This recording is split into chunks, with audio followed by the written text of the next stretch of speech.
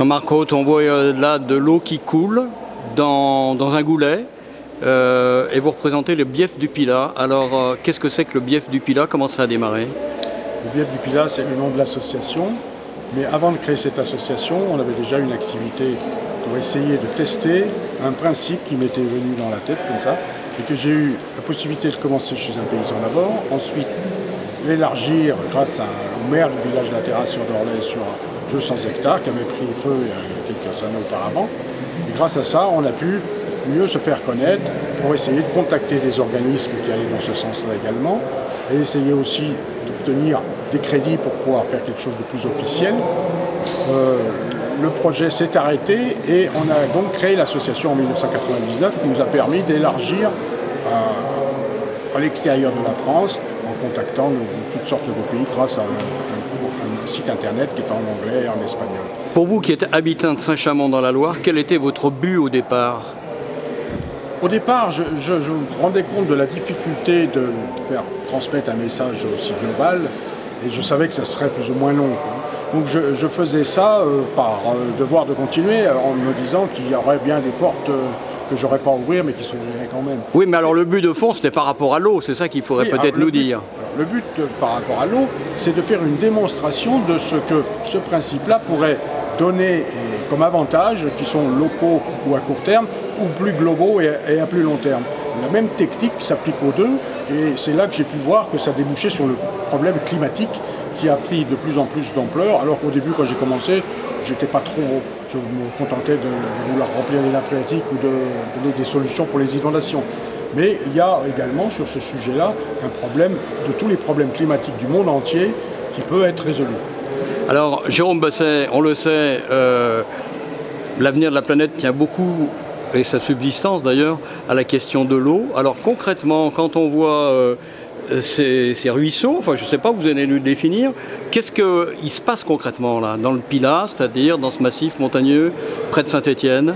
Eh ben, concrètement, le Pilat, c'est un peu une vitrine, ce qui peut se faire et ce qui devrait se faire dans le monde entier. On est face à un dérèglement du cycle de l'eau global. Et donc, si l'on continue avec nos techniques classiques, à savoir des orages, des inondations, une gestion de l'eau par uniquement un secteur privé, puisque ce bien public qui a été privatisé est rentré dans un système, on va dire, d'exploitation, il faut que ça ne marche plus.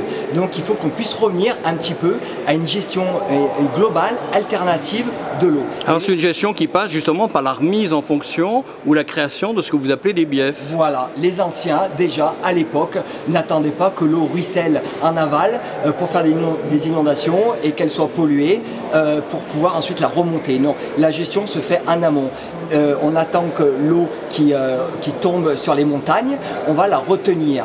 Et donc le but, c'est de la redistribuer grâce à un ensemble de petits canaux. Donc ces canaux dans le Pilat s'appellent des biefs. Dans d'autres pays, en Ardèche, c'est les béales. En Suisse, c'est les bis. Donc tout ça, à l'échelle mondiale, les anciens géraient l'eau grâce à ces canaux d'irrigation pour faire tourner les moulins ou pour amener l'eau au village.